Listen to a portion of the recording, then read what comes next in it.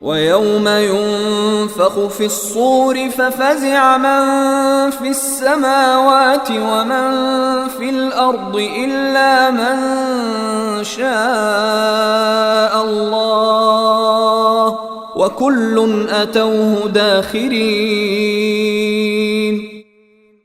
اور جس دن سور پھونکا جائے گا تو آسمانوں اور زمین کے سب رہنے والے گھبرا اٹھیں گے سوائے ان کے جنہیں اللہ چاہے گا، اور سب اس کے پاس جھکے ہوئے حاضر ہوں گے۔